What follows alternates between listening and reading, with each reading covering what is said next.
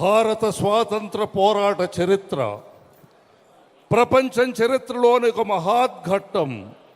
ఆ ఉజ్వలోజ్వల పోరాట చరిత్రలో ఎందరో మహానుభావులు అడుగడుగున దర్శనమిస్తారు. భారత జాతికి స్వేచ్ఛ ప్రసాదించడానికి ఉరితాడును సైతం పూలమాలగా భావించిన వీరులలో ఎన్నదగిన వాడు వీరపాండ్య కట్టబొమ్మన.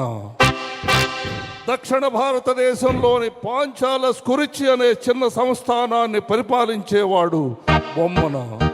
భారతదేశంలో విస్తరిస్తున్న ఆంగ్లేయుల అధికారానికి ఎదురు నిలిచి వీరోచితమైన పోరాటం చేశాడు. చివరికి పోరాటంలో కట్టబొమ్మన ఓడిపోయి తొండైమాన్ అనే స్నేహితుడి ఆశ్రయం కోరాడు. అతను నమ్మించి మోసం చేసి కట్టబొమ్మను ఆంగ్లేయులకు అప్పగించాడు. కైతరు కోటలో బ్యానర్ మ్యాన్ అనే ఆంగ్ల అధికారి విచారణ చేసి ఉరిశిక్ష విధించాడు కట్టబొమ్మనకు.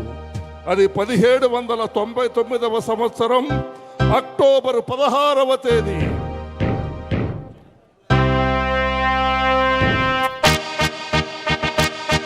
లైట్స్ డిమ్ చేయండి.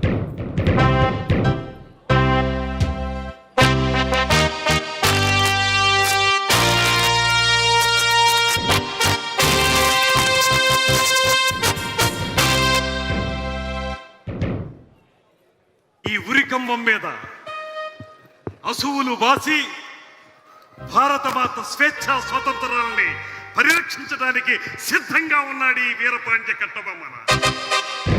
ఈ భారతీయుణ్ణి చూసి ఆశ్చర్యపోతున్నావా? భారతమాత దాస్య శృంఖలాల్ని ఛేదించడానికి సర్వసన్నద్ధంగా ఉన్నటువంటి ఈ వీరపాండ్యుడి గుండె ధైర్యం నిన్ను నిశ్చేష్కుడి చేసిందా? అమ్మా భారతమాత వీరాది వీరులకి సూరాది సూరులకి జన్మనిచ్చినటువంటి దేశమాత. నీ పవిత్రత ఈ దుర్మార్గులకే అర్థమవుతుంది. నీ మహోన్నత రూపం, నీ మహనీయ రూపం ఈ ఆంగ్ల పాలకులకి ఎలా అర్థమవుతుంది? వేలాది సంవత్సరాలకి క్రితమే ఈ జగత్తుకి వెలుగులు నింపినటువంటి నీ దివ్యత్వాన్ని ఈ దుష్ట పాలకులు ఎలా తెలుసుకోగలుగుతారు? బ్యానర్మ్యాన్, కోటాను కోట్ల మా భారతీయులు ఒక్క పెట్టున భరతమాతని నిలదీస్తే ఆ ఉదుటున ఆ నినాద హోరులో కొట్టుకుపోతారా ఈ ఆంగ్ల జాతి పాలకులు? బ్యానర్మ్యాన్, సాగనివ్వు, ఇంకా సాగనివ్వు, ఈ దుష్టత్వాన్ని సాగనివ్వు, ఈ దుర్మార్గాన్ని కొనసాగనివ్వు. నేనే కాదు, ఈ భూమిలో వెల్లు గడ్డి కూడా విచ్చు కత్తులై మీ అడుగుల్ని ముందుకు పడనివ్వకుండా ఆపుతాయి. అంతేకాదు మీ దుష్ట పాలనని ఖండ ఖండాలుగా నరికి ఆ రక్తంతో ఈ నేలని అభిషేకిస్తాయి. పాంచాల కురిచి వీరులారా, దేశ స్వాతంత్రం కోసం అసూలు బాసిన వీరాటి వీరులారా, మీ సాహసం, మీ పరాక్రమం, మీ ధైర్యం, మీ అమోఘ త్యాగనిరతి ఏ రకంగా శ్లాఘించగలను? మీరందరూ చూపించిన పరాక్రమం ఏ రకంగా బహుకృతులు ఇవ్వగలను? అన్ని కోల్పోయి, సర్వస్వం కోల్పోయి కేవలం శృంఖలాబద్ధుడునై ఉరికంబో ఎక్కుతున్నటువంటి ఈ సందర్భంలో మీకు నివాళులర్పించడం తప్ప నేనేమి చేయగలను? సేనాని వీరయ్య దేవ, మీ యొక్క ప్రత్యేకత నన్ను పరవశింపజేస్తుంది. మహామంత్రి శివసుబ్రహ్మణ్యం పిళ్ళే గారు, నీకెలా వందనాలు సమర్పించగలను? దేవి జక్కమ్మ, వీర తిలకం దిద్ది యుద్ధరంగానికి నన్ను సాగనంపినటువంటి దేవి, నిన్ను భార్యగా పొందిన నేనెంతటి అదృష్టవంతుణ్ణి. అమ్మా పాండ్యదాత్రి జక్కమ్మ, ఇలవేల్పు జక్కమ్మ, కులదైవమైన కార్తికేయ, మీ అందరికీ ఇదే నా వందనాలు సమర్పించుకుంటున్నాను. ఓ మృత్యుదేవత, రా కౌగిలించుకో. ఈ దేశం కోసం వీరపాండ్యుడు వీరమరణం పొందడానికి సిద్ధంగా ఉన్నాడు. జై భరతమాత, జై భరతమాత, జై భరతమాత.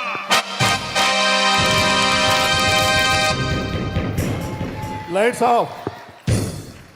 తల వంచడం కంటే ప్రాణం పోవడమే మంచిది అన్న వీరపాండ్య కట్ట బ్రహ్మన్న ఏకపాత్రాభినయం ఆంధ్రప్రదేశ్ సాంస్కృతిక పర్యాటక సినిమాటోగ్రఫీ శాఖ మంత్రి గౌరవనీయులు శ్రీ కందుల దుర్గేష్ గారి అద్భుత ఏకపాత్రాభినయం అది. ఆయన వారికి- ప్రదర్శన చూసి ఆయన ఏ శాఖ మంత్రో చెప్పకపోయినా అందరూ చెప్పేస్తారు ఆయన సినిమాటోగ్రఫీ మినిస్టర్ అని. అత్యంత అద్భుతమైన ప్రదర్శన అంతేకాదు, కనపరిచినటువంటి కందులు సాంస్కృతిక దుర్గేష్ శాఖ గారు. మార్చిలని కూడా అర్థమైపోతుంది. ఎందుకంటే కళలను అన్ని రకాలుగా గౌరవిస్తోంది ఈ ప్రభుత్వం. Yes right. తర్వాత ఆల్రెడీ ఇక్కడ సింహాసనం చూడంగానే అందరికి అర్థమైపోయి ఉంటుంది ఇప్పుడు జరగబోయే ప్రదర్శన ఏందో. విశ్వవిఖ్యాత నట సార్వభౌమ తెలుగుదేశం పార్టీ యొక్క ప్రప్రథమ అధినేత ప్రధాన సూత్రధారి స్వర్గీయ నందమూరి తారక రామారావు గారు నటించినటువంటి మేజర్ చంద్రకాంత్ సినిమాలోని పాట ఏంటది? పుణ్యభూమి నా దేశం. జాలాది వారు రచించినటువంటి పుణ్యభూమి నా దేశం నమో నమామి అన్న ఆ పాటకి మన శాసన సభ్యులు తమదైన రీతిలో అద్భుతమైనటువంటి నటనతో ఈ సాంస్కృతిక శోభను మరింత పెంచేందుకు వేదిక మీదకు విచ్చేస్తున్నారు.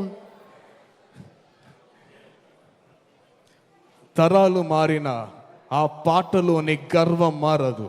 పండిత పామర వృద్ధ బాల తారతమ్యం లేకుండా తనువులోని అణువణువును రోమాంచితం చేసి దేశభక్తి గీతం పుణ్యభూమి నా దేశం నమో నమామి అనే గీతంతో అద్భుతమైన వైభవపేతమైన ప్రదర్శన గావించబోతున్నారు శాసనసభ్యులు. జాలాది వారి అద్భుత రచన ఆ గీతం మన ముందుకు విచ్చేస్తున్నారు శాసన సభ్యులు తమదైన నటనతో.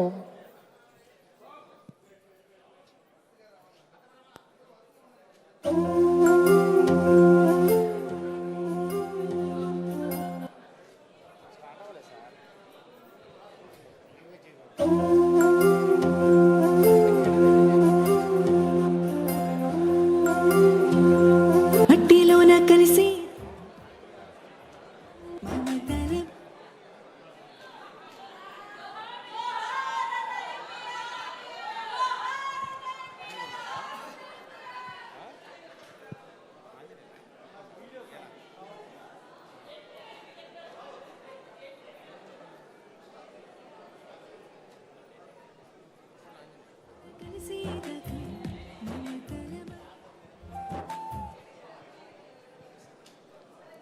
కూర్చున్న అందరూ కూడా మీ యొక్క కరతాళ ధ్వనులతో మీ యొక్క చప్పట్లతో స్వర్గీయ నందమూరి తారక రామారావు గారి యొక్క అద్భుతమైన పాట